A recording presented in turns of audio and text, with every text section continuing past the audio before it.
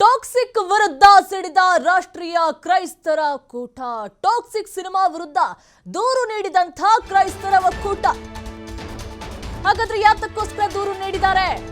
ಸಿನಿಮಾದ ದೃಶ್ಯಗಳಲ್ಲಿ ಕ್ರೈಸ್ತರಿಗೆ ಮುಜುಗರ ಆಗಿದೆ, ಕ್ರೈಸ್ತ ಧರ್ಮಕ್ಕೂ ಅಪಮಾನವಾಗಿದೆ ಅಂತ ಹೇಳಿ ದೂರನ್ನ ನೀಡಿದ್ದಾರೆ. ದೇವದೂತ ಸಂತ ಮಿಖಾಯೇಲ್ಗೆ ಅಪಮಾನವನ್ನ ಮಾಡಲಾಗಿದೆ. ದೇವದೂತರ ಮುಂದೆ ಅಶ್ಲೀಲ ದೃಶ್ಯವನ್ನ ಚಿತ್ರೀಕರಣ ಮಾಡಿದ್ದಾರೆ.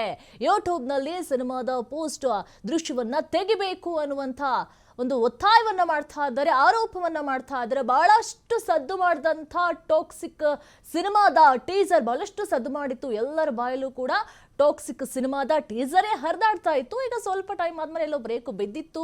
ಸಾಕಷ್ಟು ಆರೋಪಗಳು ಕೂಡ, ದೂರುಗಳನ್ನು ಕೂಡ ಕೇಳಿದ್ವಿ. ಮೊದಲು ಯಾವಾಗ ರಿಲೀಸ್ ಆಯ್ತು ಟೀಸರ್, ಆವಾಗಲೇ ಸಾಕಷ್ಟು ಆರೋಪಗಳು ಕೂಡ ಮಾಡ್ತಾ ಇದ್ರು. ಯಾಕಂತ ಹೇಳಿದ್ರೆ ಫ್ಯಾಮಿಲಿಯಲ್ಲೇ ಕುತ್ಕೊಂಡು ನೋಡೋದಕ್ಕಾಗಲ್ಲ, ಈ ಒಂದು ಸೀನಿಗೆ ಬ್ರೇಕ್ ಹಾಕಬೇಕು, ಕತ್ರಿಯನ್ನ ಹಾಕಬೇಕು ಅಂತೇಳಿ ಸಾಕಷ್ಟು ಆರೋಪಗಳನ್ನ ಮಾಡಿದ್ರು. ಇನ್ನೂ ಕೆಲವರು ಬಹಳ ಹೊಗಳಿದ್ರು ಕೂಡ. ಎರಡೂ ಕೂಡ ಇರುತ್ತೆ ಬಿಡಿ. ಆದ್ರೆ ಇವಾಗ ಮತ್ತೆ ಕ್ರೈಸ್ತ ಧರ್ಮಕ್ಕೂ ಅಪಮಾನವಾಗಿದೆ ಅಂತ ಹೇಳಿ ದೂರು ಕೂಡ ದಾಖಲಾಗಿದೆ. ಈಗ ಯೂಟ್ಯೂಬ್ ನಲ್ಲಿ ಸಿನಿಮಾದ ಪೋಸ್ಟ್ ಹಾಗೂ ದೃಶ್ಯವನ್ನ ತೆಗಿಬೇಕು ಅಂತ ಹೇಳಿ ಒತ್ತಾಯವನ್ನ ಮಾಡಲಾಗ್ತಾ ಇದೆ. ಚಲನಚಿತ್ರ ವಾಣಿಜ್ಯ ಮಂಡಳಿ ಸರ್ಕಾರದ ಸಿಎಸ್ ಗೃಹ ಸಚಿವರು ಹಾಗೂ ಸೆನ್ಸಾರ್ ಬೋರ್ಡ್ಗೆ ದೂರನ್ನ ಕೊಟ್ಟಿರುವಂತದ್ದು.